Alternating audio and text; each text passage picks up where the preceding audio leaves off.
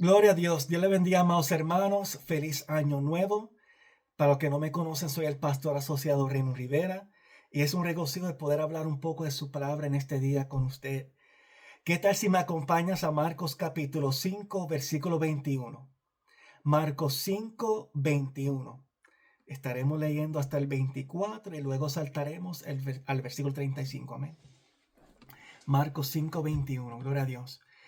En el nombre del Padre y del Hijo y del Espíritu Santo. Pasando otra vez Jesús en una barca a la otra orilla, se reunió alrededor de él una gran multitud, y él estaba junto al mar. Y vino uno de los principales de la sinagoga, llamado Jairo, y luego que le vio, se postró a sus pies, y le rogaba mucho, diciendo: Mi hija está agonizando, ven y pon las manos sobre ella para que sea salva, y vivirá. Fue pues con él, y le seguía una gran multitud, y le apretaban. En otras versiones dice, los agolpaban o los oprimían. Versículo 35. Mientras él aún hablaba, es decir, Jesús, vinieron de casa el principal de la sinagoga, casa de Jairo, para notificarle: Tu hija ha muerto, ¿para qué molestas más al maestro? Tu hija ha muerto, ¿para qué molestas más al maestro? Vamos a hablar sobre: mientras esperas, no te desenfoques. Mientras esperas, no te desenfoques. Hace poco, como a las 4:30 de la tarde, un día de trabajo, uno de mis soldados que estaba atravesando por una situación bien difícil, una situación bien oscura en su vida, tuvo un ataque de pánico en su oficina. El ataque de pánico fue tan grave que perdió control corporal y lamentablemente tuvo un accidente, se orinó encima. De inmediato, los supervisores de ella me notifican y naturalmente me doy cuenta del desespero en los rostros de los sargentos cuando me preguntan: ¿qué hacemos? ¿Qué hacemos? Como comandante tengo la responsabilidad de cuidar, preparar y administrar a mis 70 soldados, tal como un pastor con su rebaño. Soy responsable tanto de los logros como de los fracasos de mi unidad. Soy responsable de su bienestar como de ejecutar la ley si es necesario. Y cuando este tipo de situación se presenta, tengo que tomar una decisión sabia, pero a la misma vez con prontitud. Tengo que tomar la mejor decisión posible lo más rápido posible. Y mi expectativa es recíproca. Mi expectativa como comandante es de ver resultados lo más pronto posible. En ese momento consulto con uno de mis sargentos y ordeno que ella vaya a la sala de emergencia porque siempre hay un doctor de salud mental presente. Era menester de que fuera evaluada e intervenida de inmediato y que ella pudiera tranquilizarse. Solo un profesional me puede decir lo grave que es la situación que ella estaba atravesando en ese momento. Ordeno al sargento de ella, del soldado, que me dé un reporte tan pronto que es intervenida y que haya una resolución. Y yo me iba a quedar standing by, me iba a quedar en mi oficina esperando. ¿Qué sucede, hermanos? Que esto ocurre cuando estaba el cierre de gobierno en todo su apogeo. Ya yo llevaba 2 horas esperando cuando llamo a las 6:30 para ver el estatus del soldado y me dicen que aún no la habían atendido. De nuevo llamo a las 8 de la noche y me dicen que solo le habían tomado los vitales. ¿Qué sucede, hermanos? Que decidí el ir al hospital para yo intervenir personalmente y hablar con el jefe de sala de emergencia como comandante. Llego y le explico la situación grave que estaba atravesando mi soldado. Le explico que mi soldado era de alto riesgo y quería estar seguro de que no estuviese ocultando alguna ideación suicida. El jefe de sala de emergencia entendió cabalmente, entendió muy bien y me contesta respetuosamente. Me explica que dado el cierre de gobierno es que no había doctores, no había enfermeros para atenderlos a todos. Que aunque ella estaba categorizada como prioridad, a la verdad que habían demasiados pacientes en esa noche, también prioridad. Y lo que nos tocaba hacer en esa noche era confiar en el proceso y esperar. En ese momento pudo haber tomado una postura de dejadez o de apatía, El decirle al supervisor y al soldado que ya hice lo que me correspondía hacer. Buena suerte, sayonara, hice lo mejor posible. Me voy a lavar las manos como Poncio Pilato. Tengo sueño. Me reportan mañana. Por causa del cansancio, el desespero y por la falta de resolución inmediata, me pude haber desenfocado de mis labores y responsabilidades. Me pude haber desenfocado de mi propósito y llamado como comandante de cuidar del bienestar de mi soldado hasta el fin de ese capítulo. En ese momento, gracias a Dios que le pido dirección a Dios. Y sencillamente les pregunto a los muchachos, ¿han comido? Me dicen que no. Pues está bien, no te preocupes, procedo a ir a la comisaría a comprarle comida y regreso a entregárselo. Y gracias a Dios el Señor me da una palabra de consuelo y de fortaleza para ellos. Increíblemente no fue hasta las 2:30 de la mañana que al fin hubo resolución para el soldado. Pero ¿saben qué? Hubo resolución. Para la gloria de Dios, esta muchacha ha dado un giro de 180 grados y hasta el sol de hoy agradece el mero hecho de que estuvimos presentes hasta el fin con el soldado. Gloria a Dios, Él es bueno. Ahora, déjame decirle algo, les confieso algo, amado hermano. Transparentemente les digo a ustedes que por más amor fraternal y a veces paternal que le tengo a mis soldados, jamás y nunca se comparará al amor que le tengo a mis hijos. Cada vez que alguno de mis hijos se da un golpe, cuánto yo quisiera yo pasar el dolor en vez de ellos.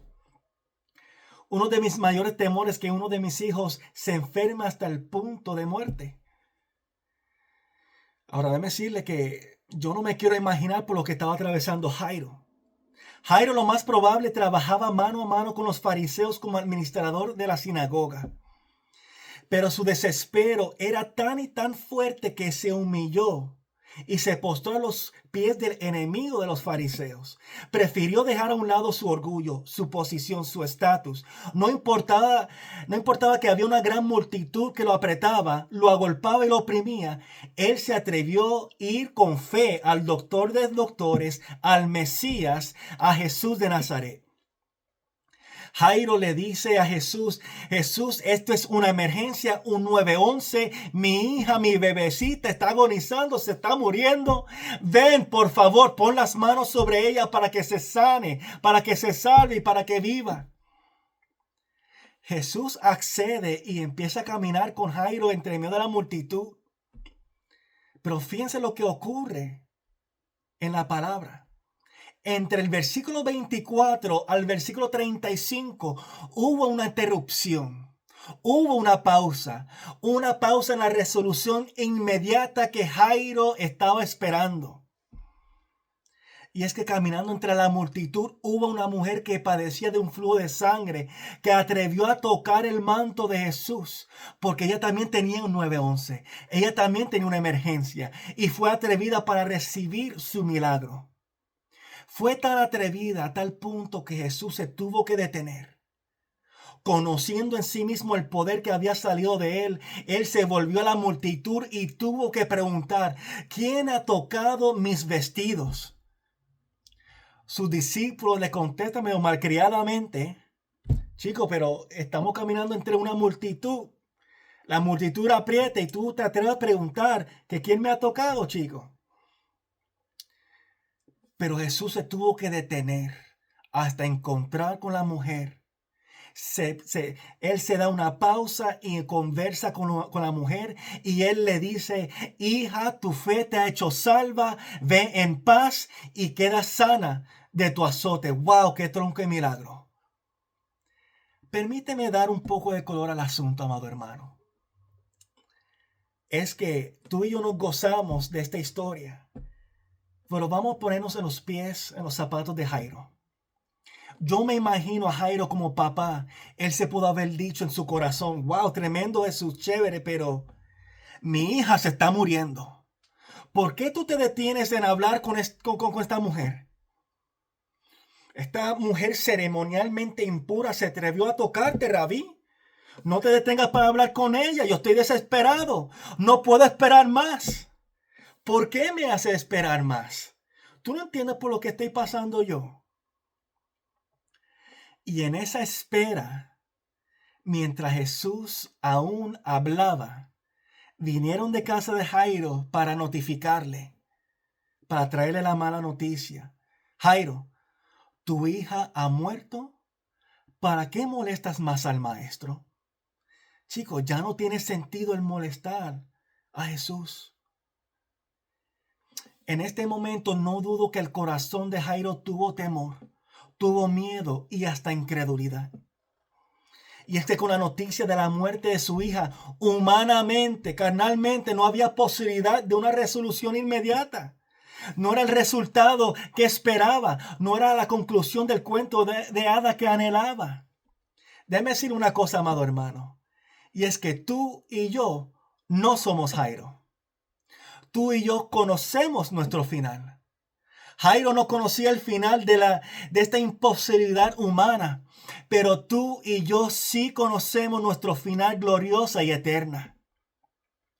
Déjame decirle, hermano, que muchas veces en nuestro caminar con el Señor, muchas veces se nos olvida de que Jesús mismo nos dice que en esta cosa os he hablado para que en mí tengáis paz. En el mundo tendréis aflicción, pero confiad, yo he vencido al mundo. Escuche bien. No tengas miedo de caminar con Jesús. No tengas temor. No tengas miedo de caminar con Jesús cuando las cosas parecen empeorarse. Cuando las cosas empeoran, no tengas temor de caminar con Jesús. En general, cuando entregamos nuestra vida a Jesús, nuestra vida mejora. Recibimos salvación y vida eterna. Somos libres de las ataduras que nos ataban. Sentimos una paz y un gozo incomprensible. Pero como que al mismo tiempo, muchas veces esto también viene acompañado de pruebas y aflicciones que no tenemos la menor idea de dónde surgieron y mucho menos la razón de por qué están sucediendo. Necesitamos entender una cosa. Ahora que estamos en el equipo ganador, en el equipo correcto, el otro equipo contrincante intentará oponerse a nosotros y destruirnos. Y aquí es donde debemos enfocarnos en seguir caminando con Jesús. Este es el tiempo donde nuestra prioridad y enfoque debe ser de seguir y obedecer a Dios y construir una relación cercana con Él. Déjame decir una cosa, que yo he aprendido que yo le sirvo, que yo le adoro y yo le creo al dador de milagros y no al milagro como tal. Yo cultivo mi relación con Dios y no con el resultado.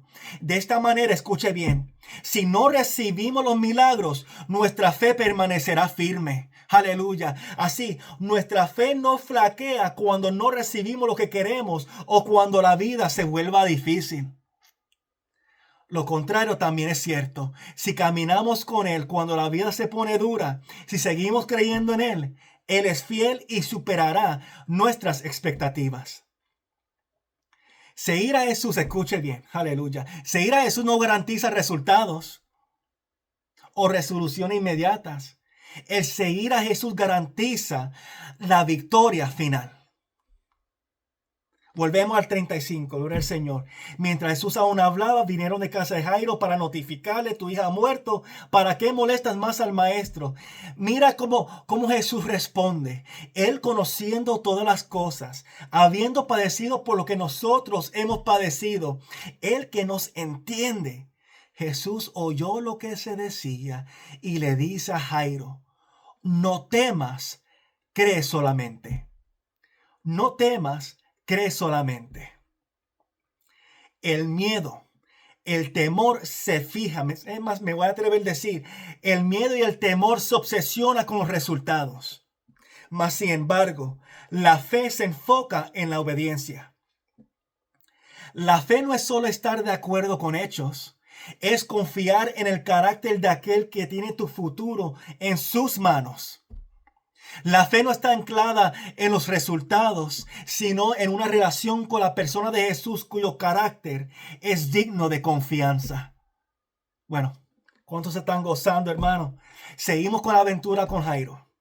Para concluir, el versículo 37 nos dice que Jesús detuvo la multitud y no dejó que nadie fuera con él, excepto Pedro, Santiago y Juan. Cuando llegaron a la casa de Jairo, Jesús vio el alboroto y que había muchos llantos y lamentos. Él entra y pregunta, ¿por qué tanto alboroto y llanto? La niña no está muerta, solo duerme. Jesús le dice eso porque para él el resucitar a un muerto es tan fácil como el levantar a una niña de su sueño. La gente, mira lo que sucede. La gente se rió de Jesús, de nuestro maestro. La gente se rió de él, pero él hizo que todos salieran y llevó al padre y a la madre de la muchacha y a sus 3 discípulos a la habitación donde estaba la niña. La tomó de la mano y le dijo, Talita Kumi, que significa niña, levántate. Entonces la niña, que tenía 12 años, enseguida se puso de pie y caminó. Los presentes quedaron conmovidos y totalmente asombrados. Yo concluyo diciéndote lo siguiente, amado hermano, escuche bien. No solo lleves a Jesús a la habitación, despeja la habitación para él. No solo lleves a Jesús a la habitación, al cuarto, despéjala, despeja tu cuarto para él. Jesús no solo llegó, sino que hizo que otros salieran. La resurrección de la niña no iba a ocurrir en medio de la burla. Para que Jesús pueda hacer su obra en nuestras vidas, necesitamos vaciar nuestra mente del miedo, de la ansiedad, de la negatividad y todo lo que nos desenfoca. Yo te pregunto, amado hermano que me escucha, ¿de quién tú te rodeas? ¿Cuáles son tus hábitos en el secreto? ¿Qué fomenta perder tu enfoque? ¿Saben qué? La atmósfera sí importa. Dios no creó hasta que hubo luz. Jesús nos sanó hasta que hubo fe. Los plátanos no crecen en Alaska y los milagros necesitan el clima adecuado. Por eso cuando Jesús llegó, no solo apareció, sino que despejó la habitación. Nuestro objetivo no es solo hospedar a Jesús, sino hospedar una atmósfera que se convierta en el espacio donde lo sobrenatural pueda ocurrir, donde pueda crecer. Una atmósfera de fe, de gozo, amor y justicia en el Espíritu Santo. Y eso es lo que nos va a dar autoridad para caminar en dominio. Tu boca, tal como Proverbios nos enseña, te digo, hermano, que tu boca tiene poder. Tu boca no fue diseñada para ser un termómetro donde solamente mida, donde solamente refleje la temperatura de tu situación. Sino tenemos el poder de ser un termostato que establezca el ambiente, la atmósfera por medio de la fe. Nuestras palabras cargadas de fe o de incredulidad pueden moldear nuestra atmósfera. Dejemos que Jesús no solo entre en nuestro cuarto, sino que lo transforme. Les digo, amado hermano, estamos en los últimos tiempos y no es el tiempo de desenfocarnos. Mientras esperamos por la venida de Cristo, vamos a acercarnos más al Padre con humildad. No te desesperes, no pierdas la fe. Reconozcamos que Él es Dios soberano. Adora a Dios por quien Él es y no por lo que esperas de Él. Vamos a despejar nuestro corazón para que Él siga transformándonos y que Él termine su obra redentora en nosotros. Así que le digo, hermano, mientras esperamos, no nos desenfoquemos. Dios le bendiga.